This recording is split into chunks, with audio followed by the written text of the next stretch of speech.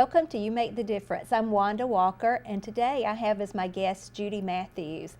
And Judy works for the Georgia Baptist Children's Home. Yep. She's the program coordinator for their Fayette County office. And there are two programs there that you supervise, and one is the Friday Johnson Group Home. Yes. And the other is Bloom Foster Care. That's right. Yes. All right, so let's talk about Friday Johnson Group Home. Tell me what goes on there. Well, when I worked for DFACS, I didn't like placing children in group homes because I just did not find that to be a really good experience for kids. And I really didn't even know they had a group home when Georgia Baptist hired me in Fayette. And when I walked in the first time, it was like I was home. It is it's a nice, big, huge ranch-style house with a full basement, decorated like a home would be.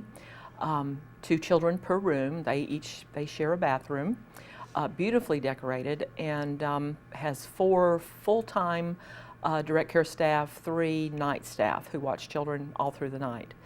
And so, one, it's safe. It's in a beautiful setting in Brooks, Georgia, and kids heal there. And I've seen that.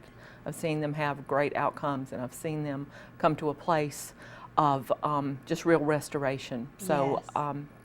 That's my favorite part, actually, of my job. Yes. And how many children are there normally?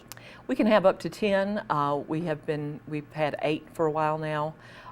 We have 6 teenagers, 1 13-year-old boy, and the rest are teenage girls, and then 2 other younger children.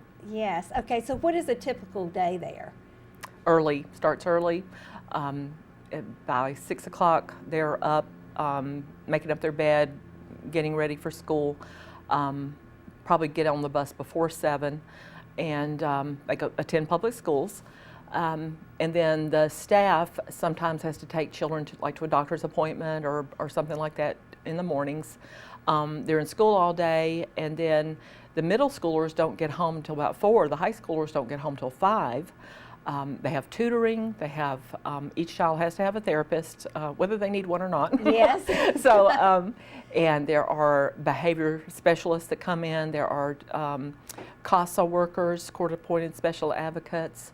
So it's really, really busy. On the weekends, they try to not schedule anything and save some time for some relaxation and maybe go on an outing or something. This weekend, I believe it's this weekend, they are going to the Georgia-Kentucky game. Oh, how nice. Yeah. And each one has a plan of care. Tell me about the plan of care. Well, our kids are from different counties, and so each county has a plan, and or a case plan usually it's for reunification, either with their parents or a family member. But a lot of our kids don't have family. So we had a couple of sisters last year that their parents were deceased, and so DFACS is, I believe, doing a pretty good job of finding permanency for these children. And I based on last May and June, the whole house emptied out. Oh, wow, that's and great. Kids went home, kids went Yes. into adoptive settings, kids went into independent living situations, and that's really what I love, is to see the children get somewhere that they don't have to be afraid they're going to have to move. Yes. That's good. Yes, it is. And one of the main reasons you wanted to come on the show today is to talk about foster kids and, Oh, yes. and the need for foster parents. So Yes. let's talk about Bloom Foster Care. Bloom Foster Care, it's the same approval type process as it would be for a county DFACS agency, only they contact us instead of the state number. And it is a process. Our foster care program right now has 5 families, and I want 50. Yes. And I want them from all over, because Yes. we literally get calls from all over the state. Now we serve pretty much a 50-mile radius as far as our foster parents go, but I'm hoping that as this program prospers, that we'll be able to open foster care agencies around the state for Georgia Baptist, and it's entirely doable. But our foster parents have a lot of support, and we're on call literally 24/7. We are able, since we are smaller, to be able to really match children with families. Yes. And that's real important for stability and for the success of the placement. And so it's my heart. Foster care is. I hate that children have to be in foster care, but we have wonderful, wonderful, wonderful families through Georgia Baptist Children's Home, and I don't have to worry about kids. I don't have to wake up in the middle of the night wondering who's taking care of them or what's going on with them. They are just, they're loved and they're taken care of and their needs are met, and they also receive a lot of healing in those homes. Yes, and because it's with Georgia Baptist Children's Home, you put an emphasis on Christian families. Is that correct? That's correct, and that's one of the blessings for me of working there. We are Georgia Baptist contracts with Bloom. Bloom was Fayette Youth. No, me. They're going to kill me if I can't remember the name. Fayette Youth Protection Homes for 25 years in Fayetteville, Georgia. Started off with a group home, another group home, closed a group home, and then opened the foster care program. And they license with Georgia. Georgia Baptist is the licensing agency. And so I actually work for Georgia Baptist at Bloom and recruit parents for Bloom Foster Care. Did I answer your question?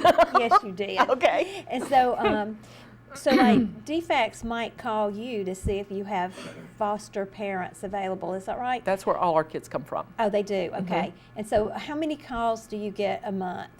We get 30 to 35 calls a month. As far away as the absolute north end of the state to the absolute south end of the state. So that tells you that foster parents are desperately needed all over the state, and they call usually because children have just come into care and they need a placement that day. We get a lot of calls for sibling groups. Yes. 3, 4, 5, 6 children. One day we got a call for 8 kids and they wanted to place them all together. Wow. We didn't have a home for them, I guess you can well imagine. So if we have an opening, of course we're going to call that foster parent, tell them as much information as we've been given about the child, and they always say, well, wait a minute, let me call my husband, let me talk to my wife, let me pray. Yeah. And if it's 8 children, you really want to pray really hard. Yes. All right, so if somebody wants to be a foster parent, what would they need to do? They would need to call us at 770-460-7020 and ask for, they can just say, I want to be a foster parent. Ashley Hale is our case manager who is the case manager for foster care, and she does a lot of our recruitment and training, and I help her a little. Yes. And we will schedule them to come in for an orientation meeting, and from there they get all the information and orientation about what it's going to take to be a foster parent, and so they can make an informed decision about if they're up for it or not. Yes. Because it is a process and it is a lot of work, but it is real doable. Yeah. And we have all the training there in Fayetteville, and it's a 24-hour impact training. We have right now 3 times a year. Our next class will start in late January. So if anybody's interested, they need to go ahead and call so we can get you oriented. So is that like 24 hours of training? Yes, we keep them there for 2 days. No, I'm teasing. We do 8 nights. 8 nights. 6 to 9 p.m. It's usually on a Monday night, but we will work with families who can't, maybe they work or maybe they just cannot come on Monday night, and so we'll work with them to try to find either another training that they could attend or do it one-on-one even. Yeah, and there is a supplement that the families are given for the children. Is that right? It's a reimbursement for their room and board, so it's called per diem. And it is, I didn't bring the figures, but like for a little child it would be $15 a day up to I think about 18 or 19, I'm not sure, dollars a day for teenagers. And it's not considered a payment for keeping children, it's just considered a reimbursement to the foster parents for their to feed them, house them, get them their basic needs. And then children from the state usually have a clothing allowance when they first come into care, and then yearly. And also we have the Bloom Closet where they're able to get clothing of all kinds. And children usually have Medicaid, so that all their medical needs are met. So foster parents always come out of pocket, that's just the way it is. Yes. But there's ways to manage and ways to do it where you don't, have to spend a lot of your own money if you do. And if you're a good clothes shopper and a good, money manager, then you'll do great. You'll do fine. How long do the foster children usually stay with a foster parent? Could be anywhere from just a few days, but in that case, it would be that they found a relative after they placed with us for them to go back to, or maybe the court sent the child home. Sometimes when they go to court, that 3-day hearing after a child is taken into care, the court could send the child home that day or with someone else. And so, but I would say at least 2 or 3 months, and could be longer. Okay.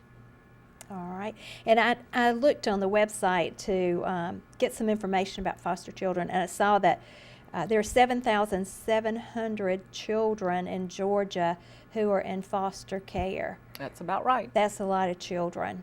And so it's a lot less than it used to be. It is? Mm-hmm. And that's because there was an aggressive move in DFACS to Yes. find homes and to work with the families before Yes. kids came into care, and to try to find relatives that they could stay with, or what we call fictive kin, which would be like a really close friend of the family that the child knows that's like family. And so there's more efforts on that end to try to resolve the situation. Children do better in their families. yes. But when they cannot safely remain with a family member, then they are taken into care. Yes. And then I know that there are a lot of things that go on at the group home that you might need volunteers for. Are you recruiting volunteers? All the time. Okay. And what would a volunteer do at your group home? Volunteers do yard work. They do, like tomorrow or this weekend, a man is coming to put up all the Christmas lights. Oh, wow. Yeah. And I would love to see someone come out and do the luminaries, on Christmas Yes. Eve or something. That would be neat. We have a couple who is fixing Thanksgiving dinner for 10 people. And we have the teenagers who eat like adults, and Yes. so it's going to have to be a lot of food. So people do prepare meals. A lot of times the staff is just running, and so especially during the summer, a lot of people will provide meals so that staff just doesn't have to cook that night. Yes. So that's always great. We need mentors, but there's more of a process to go through to be a mentor or to be someone that would work one-on-one with children. And so they would contact Georgia Baptist Children's Home in Palmetto at 770-463-3800 if they want to be a mentor for any, campus of Georgia Baptist. And give that number again in case. 770-463-3800. Okay. The Georgia Baptist Children's Home in Palmetto, and they would talk to Carla. Okay. All right. Now, Judy, when we talk about things like foster care and foster children, it's always nice to tell some stories. Yeah. Yeah. Can you tell us some stories that have really warmed your heart of foster kids and foster parents?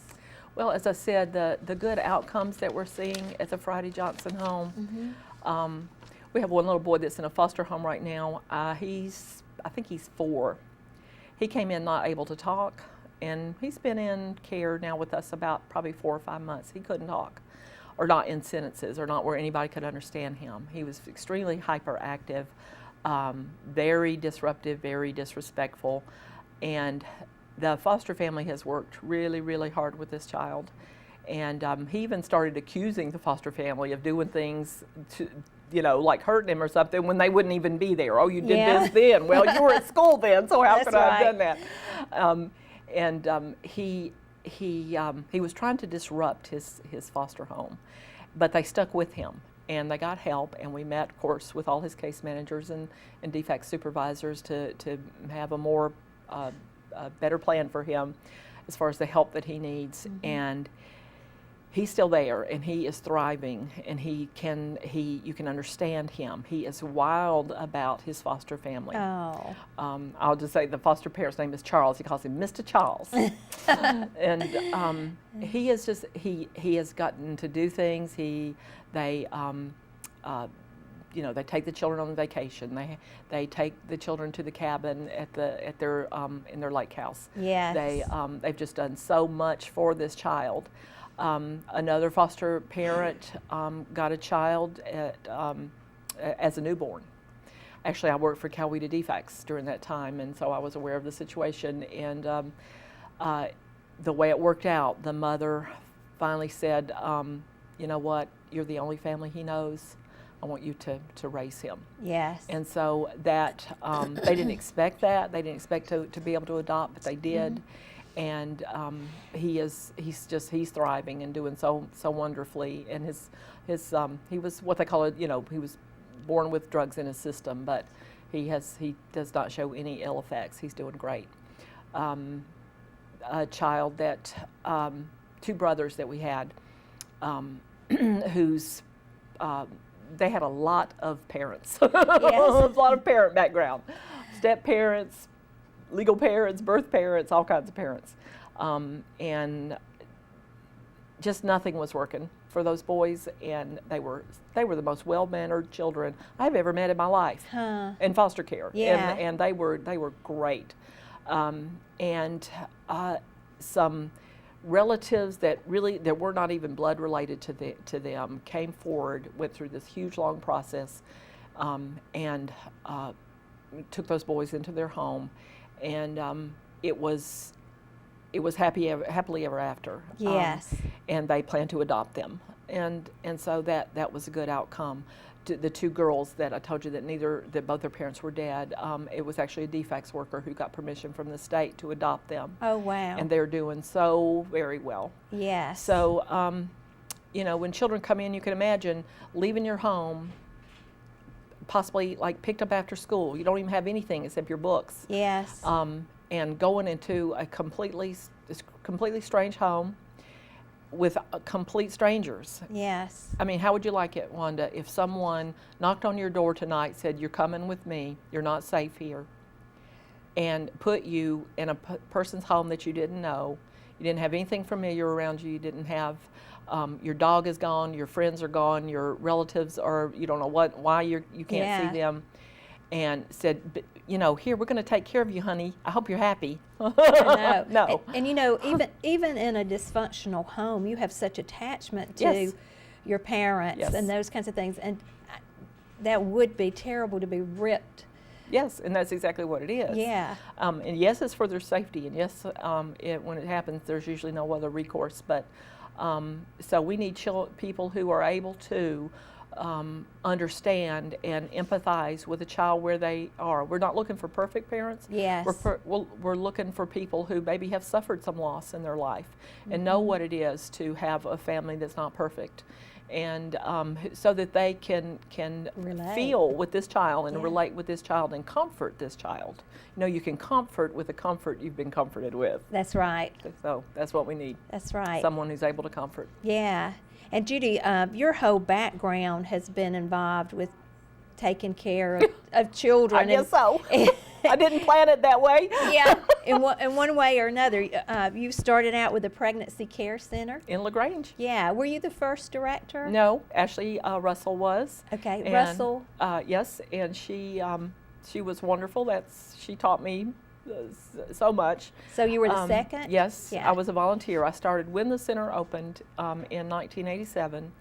And as a volunteer, we had just really recently moved to LaGrange. I had two small children. I wasn't working, so I thought, I'd like to do that. And then 2 years later, Ashley announces she is moving out of state. Yes. And because God had already been bothering me. Preparing. And took that position as director of. It was called the Crisis Pregnancy Center. Then they've had several name changes. Yes. Over on Ridley Avenue. Well, no, actually, we were on South Lewis. Moved to Ridley, and was there for 10 years as director. Wow. And loved almost every minute of it. Almost honestly. every minute. Yep. Okay, and tell us some stories from the Pregnancy Care Center from the early days. Recruiting volunteers was wonderful. That was the best part to me, was working with all those volunteers. That's the part I have missed the most. And it was just it was such ministry, but it wasn't like ministry like I have to go do my ministry. No, it just flowed. Yes. And my one rule I think was that we had to pray every day, you know, whether we felt like it or not. Yes. And so that was a blessing. That was a blessing to us all. And the staff there, I think we started off with me, Hope Taylor's wife, I cannot think of her name right this now. Deborah. I'm sorry, Deborah, yes. And maybe one or two volunteers. And then Deborah had to leave and go do something, and so I felt like I was pretty much left there alone. And but then we had our first volunteer recruitment and had about 30 people there, and so we were just off and running. Yes. And at one point, I think when I left, we had 30 volunteers that were at the center, about 50 altogether that did the helps ministries type things, and a staff of 5. Yes. We Wow. had the abstinence program that was accepted into the schools Yes. system, had a post-abortion counseling program, and of course then the pregnancy-related programs, and had the baby boutique, which was just amazing. Yes. So I loved it. I absolutely loved working there and loved the people. And but I think, you know, I can't so much remember so many of the stories, but I still see the stories. Uh-huh. There's people coming in at the church you and I attend, Yes. whose mom came to the pregnancy center planning to have an abortion. Really? I remember one lady, not at our church, but at another church. She had several children. She didn't know anything about fetal development or what was going on. She just thought it was a procedure. You know, if you wanted to terminate a pregnancy, you just did, and it wasn't that big a deal. Uh-huh. And so when she found out what the procedure was in the fetal development stage of her baby, she said, I can't do that. Forget it. I'm going to have another one. And she did. And so that child, of course, is grown and has children. Yes. And so the blessing for me is seeing those children Live people. live and well, Yes. and a blessing in this earth. Yeah, and then those people will have children. I mean, Yes. it's just a continuation of that blessing. So what could have been lost? Yeah. It's you know, I would just love to plug the pregnancy center and say, you know, if you haven't ever supported it or gotten involved, do it. You won't be sorry. Yeah, and now they're offering ultrasounds. Yes. And and they're a medical clinic, so it's really progressed. And Yes. I know we had Michelle Thompson on here a few weeks ago, and she gave a story about a family that was considering abortion, and they said, you know, if the wife just wanted to see if the fingers were developed. Wow. Mm-hmm. And so when they did the ultrasound, the baby was like holding up its hands, like waving at them. Yeah. And so that I'm baby, here. yeah, that baby was saved. Yes. So yes, it's miraculous what Oh, happens. yes. When God is there and Yep. and somebody steps into the. Well, that's what I feel. You know, I didn't plan to be in the field I'm in. Yes. At all. Didn't plan at all. But after I left the pregnancy center and went to work for Department of Family and Children Services, I thought, I mean, it was like I was taking care then, trying to protect the children who had not been aborted, Right. who were born and who were alive, but still needing help in this life and help to be needed protection and needed someone to you know, watch over them, especially their parents. But and so it's like the Lord started me back then before they were born, and now I've got the ones who are alive and kicking and Yes. teenagers. Yes. A lot of teenagers. And in DFACS, you worked for adoption, right? I did the foster care recruitment and training, and my caseload for about 6 years was the children who had been in foster care and who were being adopted. So yes, so I Yes. did a lot of adoption and found some families and Yes. some children, made some matches. Yes. So you can really see in your ministry the fruit of your labor, Yeah, you can. which is really great. And you know, one of the things that I noticed when I looked at the website with Bloom is that y'all have a power parade, that you have young people that are involved in supporting what you do. Tell us about the Power Parade and other things that the young people do. The Power Parade just happened, and the children raise money in all the county schools in Fayette. And so it's sort of like the Walk for Life that the Pregnancy Center has. Yes. They get pledges of money, and they collect money, and then the winners of it have, the top 3, I think, win prizes. To tell you the truth, I don't know a lot about the Power Parade. Okay. But we are having the dinner dance, though, coming Yes. up after Christmas. Bloom is a nonprofit organization dependent entirely on donations and grants. Yes. And but the grants are pretty hard to get. We do have some, but mostly it's just people who give. The huge building we're in right now was donated. Wow. And everything in it, and it is gorgeous. We have the Bloom Closet that I wanted to tell people about that have foster children that are foster parents or that are grandparents raising their grandchildren. They can shop in Bloom for free. They just have to have an appointment. So they call 770-460-7020 Yes. and make an appointment to come and go shopping. And there's school supplies, toys, books, baby supplies, clothing of every size, and it's huge and gorgeous.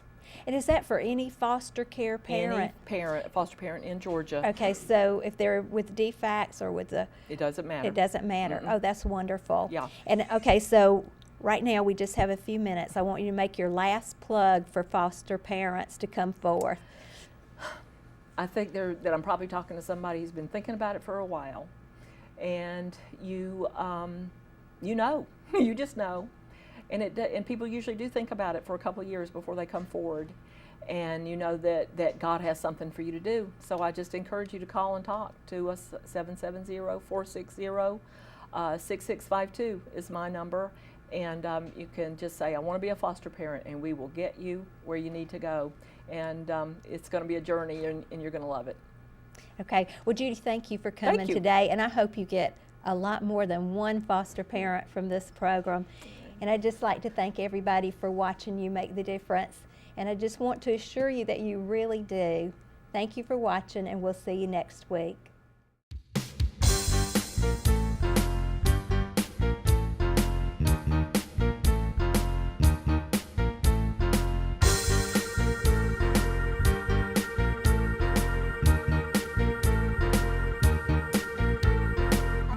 Got a promise from heaven.